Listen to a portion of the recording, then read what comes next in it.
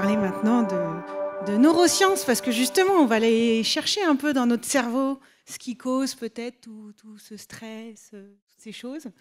Donc Erwan, merci d'être là avec nous. Merci à vous. Donc du coup, au dernier moment, hein, tout à l'heure, il y a trois quarts d'heure, on a choisi de faire une introduction différente. Alors je ne sais pas, normalement ça doit marcher. On va commencer par un guest. Alors on a essayé de le joindre pour essayer qu'il vienne, mais il n'a pas voulu venir. Alors d'abord, il y a effectivement les livres qui ont été écrits par Erwan. Ça, c'était plutôt côté professionnel. Et le dernier que je vous invite. 24 heures dans votre cerveau, super intéressant. On rentre 24 heures dans la vie d'une femme, entre ce qui lui arrive toute la journée et concrètement après le décryptage par le cerveau. Édouard Baird, voilà, Édouard Baird n'ayant pas accepté de venir faire la clôture ce soir, voilà, on voulait quand même partager avec vous ces quelques moments, vous l'avez peut-être vu, c'est son ouverture du Festival de Cannes et on a 2-3 trucs à dire autour de ça.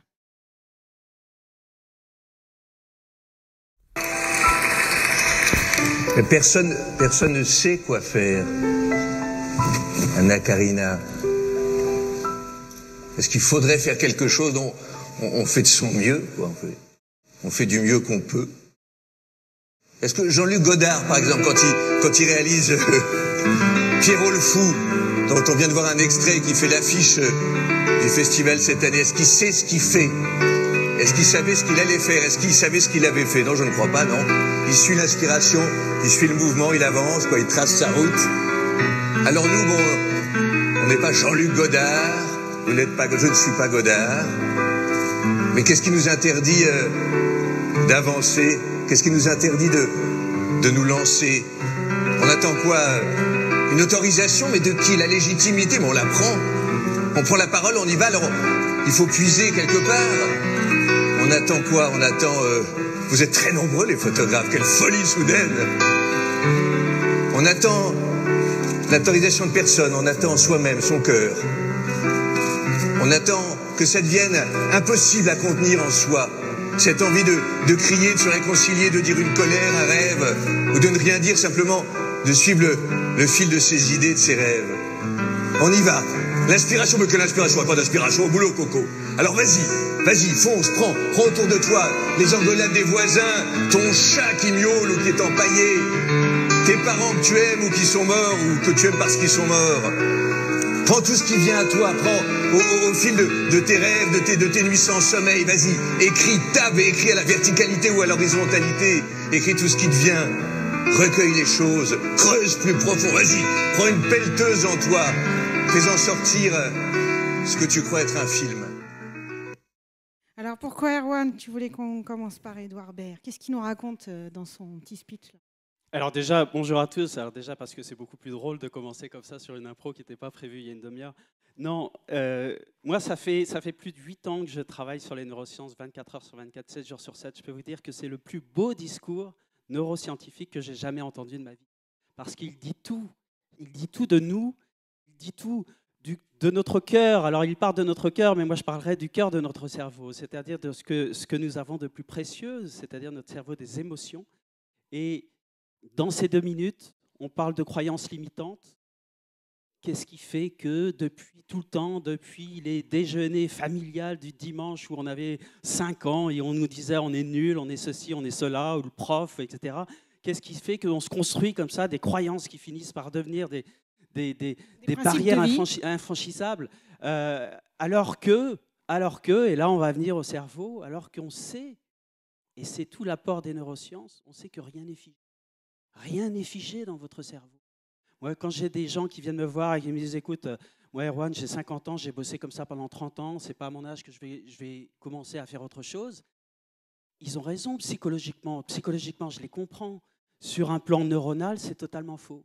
On a cette capacité en nous à nous reconfigurer au niveau des circuits cérébraux. Cette capacité, on l'a en permanence, donc il faut l'exercer. Alors du coup, avant de rentrer dans le détail du comment et de la mécanique, moi je veux bien une petite genèse un peu des neurosciences. Parce que là, on a quand même l'impression que c'est parce qu'il y a un énorme engouement autour de l'intelligence artificielle que hop, intelligence émotionnelle, neurosciences arrivent comme peut-être une sorte de... comme si on allait lutter contre quelque chose. Est-ce que tu peux nous refaire un peu la genèse de cette discipline et pourquoi, enfin, est-ce que vraiment il y a des découvertes très récentes qui font que ça devient aussi un sujet sur lequel on peut un peu plus s'appuyer? Oui, alors ça, c'est une bonne question parce que c'est vrai que vous ne pouvez pas aller à la FNAC, vous ne pouvez pas ouvrir un magazine ou allumer votre télé ou votre radio sans entendre parler du cerveau. Alors qu'est-ce qui fait qu'on parle du cerveau aujourd'hui alors qu'on n'en parlait pas il y a 5 ans ou beaucoup moins? Alors c'est toute une combinaison en fait de facteurs. Vous avez des éléments qui sont vraiment des éléments du fondamental, la recherche. On vit actuellement l'âge d'or de la recherche en neurosciences. C'est une période absolument exceptionnelle. Moi, je passe la moitié de mon temps avec des chercheurs. Je veux dire, on est comme des fous. Ça tombe tous les jours des 4 coins du monde.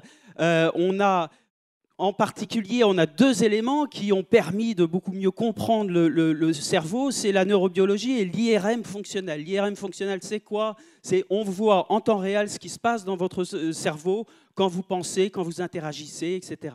Donc, on commence enfin à comprendre. C'est exceptionnel. On est dans une espèce d'âge d'or, on est dans une espèce d'aventure de la connaissance. Et tout l'enjeu à côté, c'est de se dire, OK, comment ça va irriguer la société? Est-ce que si les neurosciences, c'est juste un truc de bac plus 15 au fin fond de leur laboratoire, OK, intellectuellement, c'est séduisant, mais finalement, si ça n'impacte pas ma vie, moi, ça n'a aucun intérêt. Et ce qui est absolument passionnant, c'est qu'en fait, les neurosciences, c'est tout sauf ça. Les neurosciences, c'est votre vie. Quand vous apprenez, quand vous managez, quand vous interagissez avec l'autre, quand vous aimez, c'est votre cerveau. C'est donc les neurosciences. Donc ne pensez pas que les neurosciences, c'est réservé à une élite intellectuelle qui est en vase clos. Les neurosciences, c'est votre vie. Si vous commencez à vous intéresser à votre cerveau, si vous commencez à arrêter de le martyriser par méconnaissance, et si vous faites un pacte avec lui, je peux vous dire que ça va transformer durablement votre vie. Donc ça, c'est important. Alors pourquoi aussi on en parle beaucoup? Il y a d'autres éléments qui sont plus conjoncturels. Tu as parlé de l'intelligence artificielle. Évidemment, ça nous interroge. On est obligé de se positionner en complémentarité ou en synergie. Les nouvelles générations aussi, qui quand même bouleversent un petit peu la donne au sein des entreprises. Et puis, il y a un autre élément qui est beaucoup plus conjoncturel, mais moi, je peux vous en parler puisque j'ai vu avant, pendant et après. On a un gouvernement aujourd'hui, en particulier, on a un ministre de l'Éducation nationale qui connaît parfaitement les neurosciences et qui sait tout l'enjeu qui a compris tout l'enjeu d'une meilleure compréhension du cerveau. Donc, tous ces éléments-là, ajoutés les uns aux autres, font qu'effectivement, les neurosciences s'affirment aujourd'hui et on n'est qu'au tout début. Des causes multifactorielles, c'est un mot qui a déjà été prononcé d'ailleurs tout à l'heure dans tout ce qu'on voit. Mais du coup, la question qui se pose, parce que tu l'as dit tout à l'heure, on n'est pas forcément... on croit, en tous les cas, on a tous une croyance limitante, comme quoi on ne peut pas changer. Surtout plus on vieillit, moins on va changer. Alors, est-ce que tu peux me prouver, par 3 arguments, 3 idées clés de la neuroscience, que si on en a les capacités, parce que mécaniquement, dans notre cerveau, il y a la neuroplasticité, etc. Est-ce que tu peux un peu déjargonner ces 2-3 fondamentaux de la mécanique de notre cerveau? Alors, il y a 7 ans, moi, j'ai eu une opération qui s'est très mal passée et j'ai eu une lésion cerveau. Et moi, quand on me parlait de neuroplasticité, etc., comme on va en parler tout à l'heure, moi, c'était du chinois. La neuroplasticité, c'est quoi? C'est cette capacité que nous avons à travailler sur notre cerveau. Notre cerveau est dynamique. On a longtemps cru que finalement, on naissait avec un cerveau, et puis tant mieux si on était bien loti, et tant pis si ce n'était pas le cas. On a cru aussi la même chose au passage avec la génétique. On sait qu'avec l'épigénétique, on sait qu'avec la neuroplasticité, en fait, c'est faux. Rien n'est figé. Vous n'êtes condamné à rien. Donc, c'est un discours d'ailleurs qui est compliqué à entendre, parce que c'est un discours qui effectivement est plein d'espoir, mais c'est aussi un discours qui vous oblige, parce que finalement, ça peut être aussi assez confortable de se dire c'est la faute de mon N+1, c'est la faute de mon DRH, c'est la faute de mon DG, c'est la faute de ma femme, c'est la faute de mon chien, c'est la faute de... ça peut être intéressant, sauf que ce n'est pas tout à fait comme ça que ça fonctionne.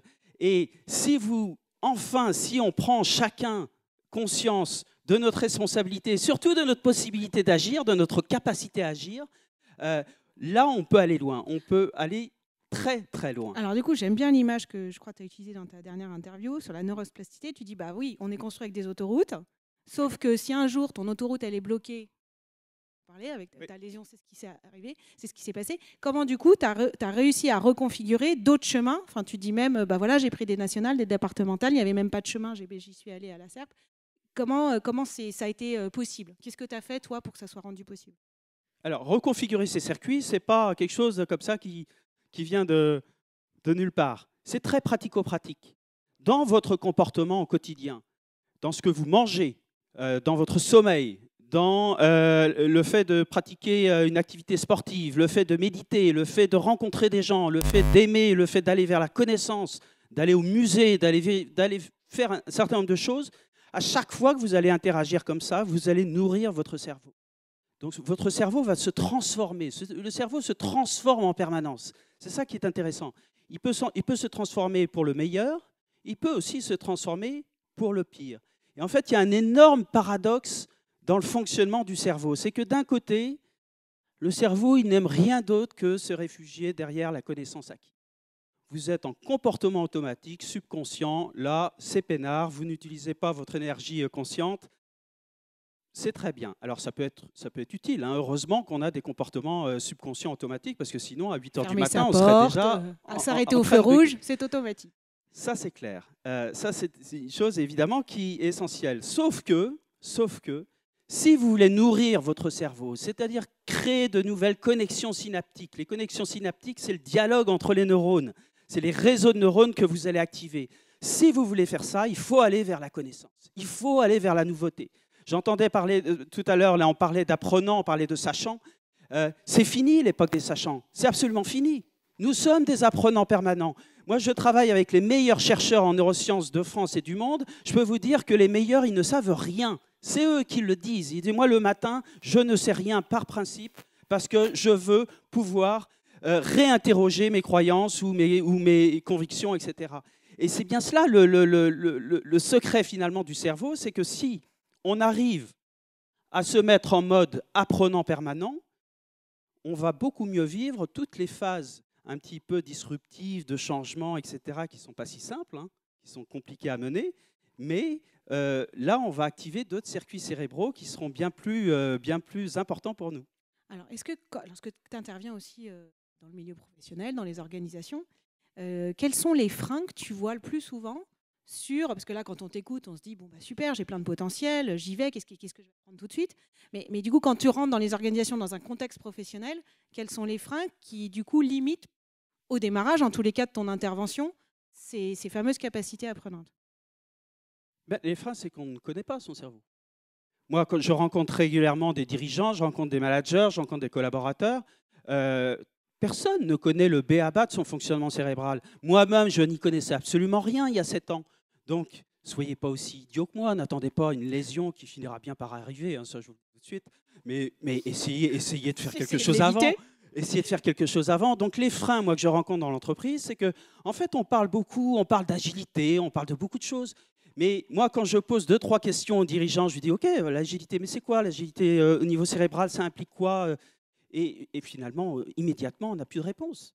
On n'a plus de réponse. Alors que l'intérêt d'avoir une approche neurosciences au travail, au management, c'est que nous, derrière tous les concepts de motivation, de prise de décision, de créativité, de vivre ensemble, de gestion du stress, on parlait du stress tout à l'heure, on commence à comprendre. Alors, juste une petite précision, on n'a pas la science infuse, les neuroscientifiques. On n'a absolument pas cette prétention-là. Sinon, on ferait du scientisme. On dit simplement, en tout cas, la grande partie des neuroscientifiques, on dit simplement que l'apport de connaissances, cet apport de nouvelles connaissances peut, au même titre que la philosophie, au même titre que les artistes, au même titre qu'un grand nombre de choses, peut apporter au débat et peut nous permettre de mieux comprendre. Et c'est tout l'enjeu du neuromanagement, hein, c'est enfin d'essayer d'aller vers la compréhension. Puisque si on comprend, on peut agir. Bon, alors, du coup, moi j'ai une question, parce que par rapport à ce que j'ai fait ce matin, je parlais notamment, du coup, tu as quand même des peurs, tu vois, par rapport au digital, qui peuvent être légitimes, tu vois, c'est pas forcément des croyances limitantes, hein. Quelqu'un qui n'a jamais travaillé dans le digital, qui débarque un peu dans cette industrie, où en gros, effectivement, il faut poser des questions toute la journée, tu as l'impression qu'il n'y a pas de benchmark de rien, enfin, tu vois, c'est la perte de savoir totale. Par rapport aux peurs, comment le cerveau, et est-ce que c'est possible d'un point de vue collectif, c'est aussi ça ma question, plus individuelle, pour du coup, dans une organisation, si on sent qu'il y a des poules de peur, comment tu peux créer les conditions pour les atténuer? Je ne dis pas les supprimer, parce que ça, c'est peut-être trop ambitieux. Alors déjà, la première chose, le cerveau, il n'est pas configuré naturellement pour le changement. Il faut bien que vous intégrez cela parce que c'est fondamental. Et en plus, ça déculpabilise énormément. Nous ne sommes pas configurés pour le changement. Nous avons des préférences pour des comportements automatiques, etc. Pourquoi? Parce que le changement au niveau neuronal, pour simplifier, c'est deux opérations distinctes. C'est une déconnexion d'un réseau existant et la création d'un nouveau réseau. Donc c'est très compliqué le changement. Donc il faut vaincre un peu cette limite naturelle. Alors comment on fait? Le changement, c'est quoi? Le changement, c'est apprendre une nouvelle chose. Et comment on fait pour se mettre dans les meilleures dispositions d'apprentissage? Là, il y a des clés. Le cognitif pur et dur, il est intéressant, il a tout de suite ses limites. On n'apprend pas parce que c'est du cognitif pur et dur. On apprend parce qu'on est touché émotionnellement. Fermez les yeux, rappelez-vous, quand vous étiez en CM2, le prof qui vous a marqué, ce n'était pas le prof qui était le plus cortiqué, qui avait 162 QI. Le prof qui vous a marqué, c'est celui qui vous a aidé, c'est celui qui vous a aimé, c'est celui qui vous a, dans des moments difficiles, peut-être tendu la main. Donc, ces conditions optimales d'apprentissage au sein de l'entreprise, elle joue sur quoi? Donc, elle joue à la fois sur les éléments cognitifs et les éléments émotionnels. Et dans les éléments émotionnels, il y a ce qu'on appelle au niveau neuro les éléments de science. Les éléments de science, c'est quoi? C'est ce que votre cerveau va retenir. C'est Édouard tout à l'heure qui le fait magnifiquement, c'est-à-dire l'humour, c'est-à-dire la surprise, c'est-à-dire la nouveauté. Tous ces éléments en fait qui vont vous sortir un petit peu de votre zone un petit peu ronronnante. Et là, vous allez vous dire, OK, là, je peux commencer à apprendre différemment. Et il y a deux autres choses qui sont très importantes. C'est d'abord le plaisir, parce que le plaisir est le carburant du cerveau, donc plaisir et bienveillance. Pour bien apprendre, il faut évidemment être dans un climat bienveillant. Et puis, les deux autres choses qui sont importantes, c'est... Alors, si vous êtes dans du multitasking tous les jours, alors là, je peux vous dire, les circuits se concurrencent entre eux. Donc, quand vous faites du multitasking, en fait, vous inondez la machine et vous la faites disjoncter. Donc, pas de multitasking, ça, c'est une chose. Et puis, l'anxiété. Vous savez que l'anxiété, en fait, quand vous êtes dans l'apprentissage, ça génère la production de cortisol, de glutamate, etc. Et donc, ça vous empêche d'apprendre. Donc, si vous êtes dans des... Et on le voit souvent dans les processus de changement au sein de nos entreprises, quand on est sous une pression d'enfer, quand on est d'une incertitude pour soi et pour son service et pour sa société, je peux vous dire que là, le cerveau, il va activer ce qu'on appelle le circuit de la menace, et donc il va pomper toute votre énergie cérébrale disponible, qui ne sera plus donc disponible pour faire. Donc là, tu viens de prononcer un mot, hein, depuis tout à l'heure, tu parles des émotions. On est en train de dire que dans les organisations, il faudrait maintenant qu'on accepte de parler des émotions. Est-ce que tu as des trucs et des astuces pour convaincre un COMEX, par exemple, au hasard, un comité de direction, dans lequel ce mot n'est pas forcément prononcé? Enfin, qu'est-ce que tu as à nous raconter comme anecdote là-dessus? Alors, la situation aujourd'hui, elle est assez simple. On a fondé notre société, notre système scolaire, notre système de l'entreprise sur le cognitif. Vous aviez des bonnes notes, vous étiez bon en maths, en français, etc. et tout allait bien. On se rend compte qu'aujourd'hui, et tant mieux avec l'intelligence artificielle qui débarque et qui, sur les capacités pures et dures cognitives d'analyse de traitement, nous est déjà largement supérieure, et alors ce sera évidemment exponentiel. Donc on se rend compte que nous, on doit trouver notre place dans tout ça. Et on doit trouver notre place en complémentarité. Donc qu'est-ce qui nous distingue de l'intelligence artificielle? Eh bien, ce sont trois choses en particulier. L'intelligence des émotions, l'intelligence des relations et l'intelligence des situations, la flexibilité mentale. Et là, il faut quand même revenir un petit peu sur Terre. Moi, quand j'entends parler, quand je vois Hanson Robotics ou autres qui commencent à dire que ça y est, nos robots sont déjà là et ont déjà des émotions, etc., je peux vous dire qu'un cerveau humain, c'est 100 milliards de neurones qui, chaque neurone, peut faire 10 000 connexions synaptiques. Donc, avant de modéliser un cerveau humain et avant de le reproduire dans ce qu'il a de plus particulier et complexe, ce n'est pas demain la veille. Donc investissez sur ce champ des émotions, sur ce champ des relations, sur ce champ de l'adaptation. C'est là-dessus que sera votre plus-value. Un radiologue, par exemple, je dis juste un exemple, un radiologue, bientôt il aura un petit bouton, il appuiera sur le bouton, il y aura des centaines de milliers de données qui seront malaxées. Et donc le diagnostic en tant que tel, il sera remis par la machine, il sera bien plus performant que le diagnostic humain. En revanche, la relation au patient, cette relation qui est si forte, moi jamais je me serais remis debout si je n'avais pas eu des bons neurologues. Cette relation qui est si forte, c'est là-dessus que les bons radiologues vont faire la différence. Et c'est formidable, c'est une opportunité exceptionnelle de nous redécouvrir, de nous réinventer et d'investir enfin sur ce qu'on a de plus précieux. D'ailleurs, il y a Benoît Raphaël d'ailleurs qui disait, attends, je te l'ai redit la phrase, c'était en fait notre puissant algorithme, il est dans notre cerveau. Enfin, on n'a jamais créé. Tu es d'accord avec ça, de dire que l'algorithme le plus puissant, c'est nous qui l'avons et c'est l'inconscient. C'est l'inconscient. Oui, alors juste peut-être un petit mot sur l'inconscient et le conscient parce que ça, c'est une des découvertes qui est vraiment intéressante sur les neurosciences. On a longtemps cru, on était sous l'épée de Damoclès de Freud, donc l'inconscient, le refoulement, etc., qui nous fait tant de mal dans notre vie consciente et qui nous a servi. Sur laquelle on n'a pas la main, on ne sait pas ce qui se passe. Voilà, exactement. Alors, ce qu'on a découvert ces dernières années, c'est que c'est un tout petit peu plus compliqué que ça. C'est-à-dire qu'effectivement, notre inconscient joue sur notre conscience, ça c'est une certitude. Mais ce qui est beaucoup plus intéressant, c'est que l'inverse est aussi vrai. C'est-à-dire ce que vous allez faire consciemment durant la journée va avoir une influence sur votre inconscient. Et on revient à cette notion fondamentale, vous avez la main, prenez-la, prenez-la, prenez-la, c'est très important. Bon, bah, du coup, j'ai envie de laisser l'audience poser ses questions. On a le temps, alors est-ce que vous avez des questions pour Erwan ?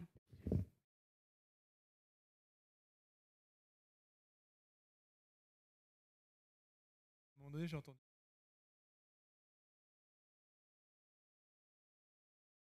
Activer la plateforme du cerveau, il faut d'avoir une. On ne pas tous un but. Alors, il y a deux choses dans la question. Il y a la question de la motivation et il y a la question du sens, du valeur, du système de valeurs, de qu'est-ce qui nous réunit, pourquoi je me lève le matin. L'autre jour, j'étais avec un patron du CAC et qui me disait « Qu'est-ce que je peux faire pour motiver mes équipes ?» Et moi, je lui ai dit « Écoute, commence par ne pas les démotiver. » Et il a cru que je me foutais de sa gueule.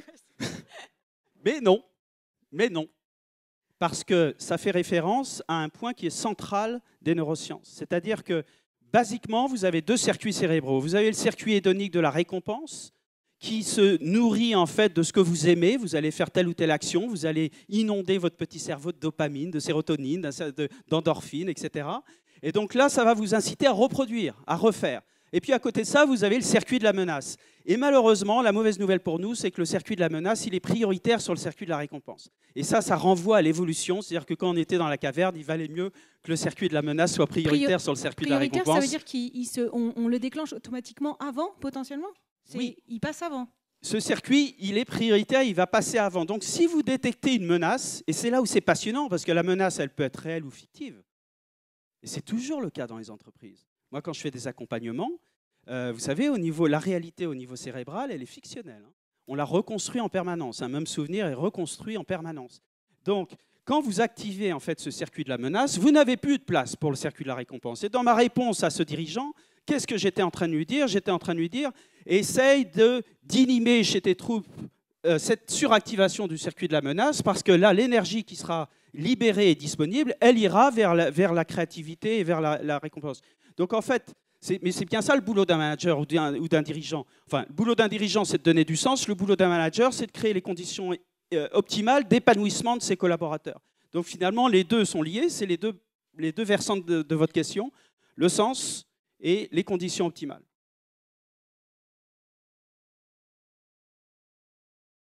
J'ai deux questions.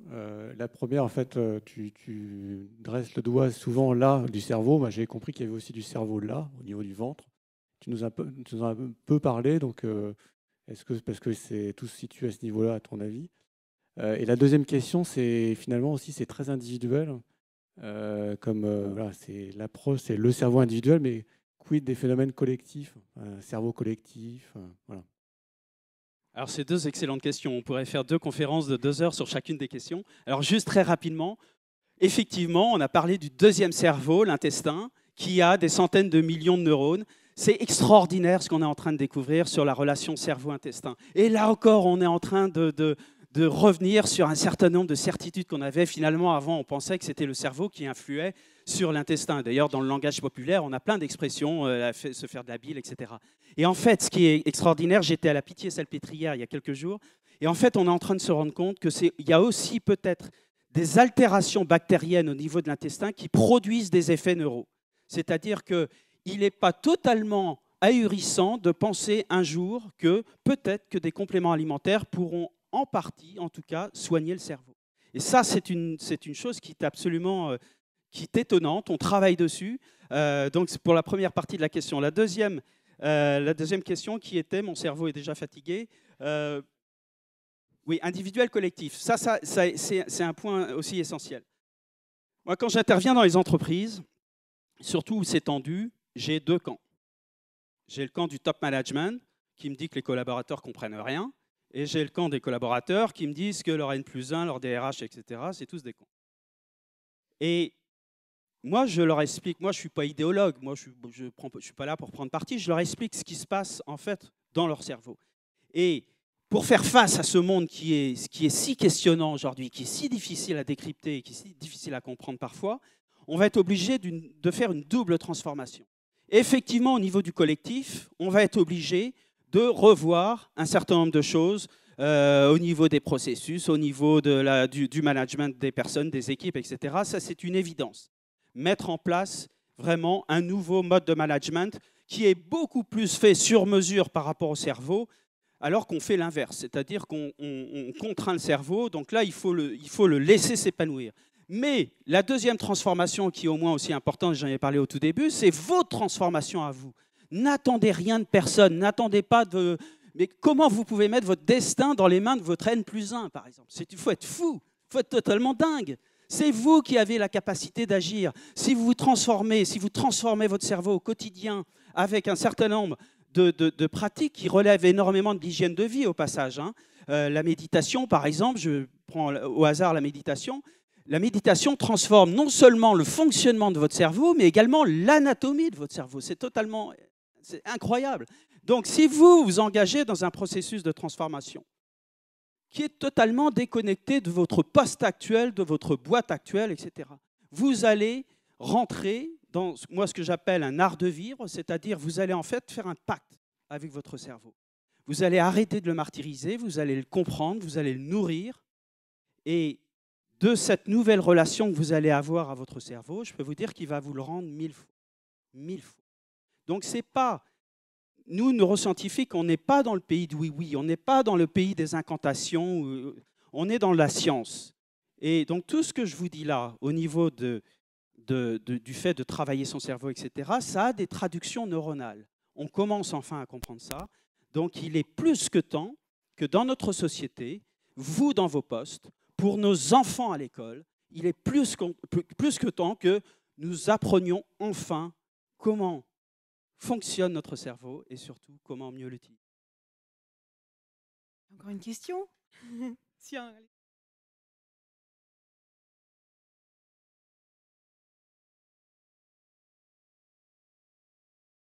Oui. Alors ça, c'est une super question. Moi, ça fait 7 ans. Je suis un passionné absolu de cette matière. Ça se voit pas du tout. T'es passionné. Bon, vraiment, là, je comprends pas pourquoi tu dis ce mot. Ça me semble complètement incongru. Donc, je vais vous dire ce qui s'est passé très rapidement depuis 7 ans. Depuis 7 ans, les neurosciences, c'est ça. Alors parfois, il y a 2-3 ans, j'allais voir un dirigeant, et je lui parlais de tout ça, il me disait « Ah ouais, c'est bien ». Puis à la fin, il venait me voir en aparté, il me disait « Bon, j'ai mon père qui a Parkinson, là, qu'est-ce que je peux faire ?» Donc, on voyait bien qu'en fait, le discours sur le neuromanagement n'était pas du tout passé, mais par contre, effectivement, évidemment que le cerveau, ça nous... Et donc, ça a fait ça. Et aujourd'hui, je peux vous dire que depuis 1 an, c'est totalement exponentiel. Moi, tous les jours, je reçois des demandes de tout type de boîtes parce qu'on a enfin compris, c'est pas une mode. On a enfin compris que si on voulait aborder cette période si complexe de l'IA, de cette recherche de sens, de l'accomplissement de soi, etc., il fallait commencer par le commencement. Le commencement, c'est de comprendre son cerveau. Donc là, aujourd'hui, il y a vraiment, c'est exponentiel, il y a une demande qui est folle sur cette matière-là, et je pense on va aller très très loin. Et encore une fois, moi je travaille au niveau sociétal, je ne travaille pas simplement au niveau de l'entreprise, mais plus particulièrement aussi au niveau de l'école. Comment vous pouvez imaginer, par exemple, qu'on continue aujourd'hui d'enseigner comme on enseignait il y a 40 ans? Moi, j'ai mon fils... fixe et des chaises fixes qui ne bougent pas. Mais c'est dingue. Moi, j'ai mon fils, il est dans la même école et le même lycée que moi il y a bien longtemps. C'est pareil. C'est pareil, c'est complètement dingue. On a eu entre-temps, on a eu juste des petites choses basiques comme l'IRM fonctionnel qui nous explique un peu mieux comment fonctionne le cerveau, mais on s'en fout. On s'en fout. Donc là, il faut absolument réintégrer ça dans la société et le grand public, vous, en tant que parents, par exemple, vous avez votre mot à dire. Moi, je discute avec les syndicats d'enseignants, je discute avec plein de gens, avec des politiques, etc. Arrêtons les postures. Ça n'a aucun sens d'être dans la posture. On s'en fiche des postures. Qu'est-ce qui est bon pour nos enfants? Qu'est-ce qui est bon pour vous, en tant que collaborateur, en tant que dirigeant, manager? La réponse, elle est simple. Qu'est-ce qui est bon? C'est de mieux comprendre son cerveau et de se mettre en marche. Donc les premiers cas d'école vont bientôt arriver. On aura peut-être, du coup, pour montrer que ça fonctionne, enfin moi j'en doute pas, hein, mais pour que du coup on puisse bien le démontrer. Une dernière question, Maud, ouais.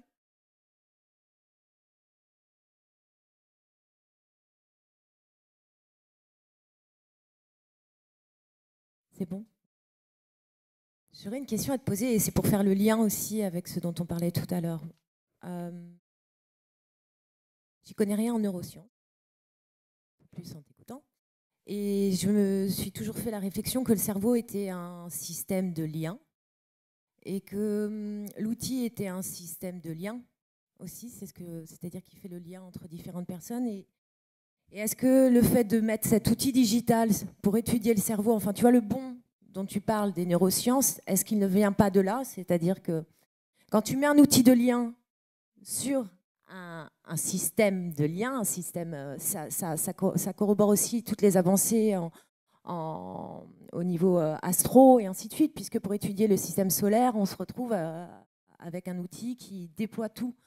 Moi, ma question, c'est que dans ces cas-là, quand on parle d'organisation en entreprise, il faut faire en sorte et partir par le bon sens, c'est-à-dire commencer par changer l'organisation, c'est tout notre objet, la mettre exactement dans un prisme de lien, et après l'outil va démultiplier le lien, comme il le fait pour le cerveau. Est-ce que ça a un lien justement?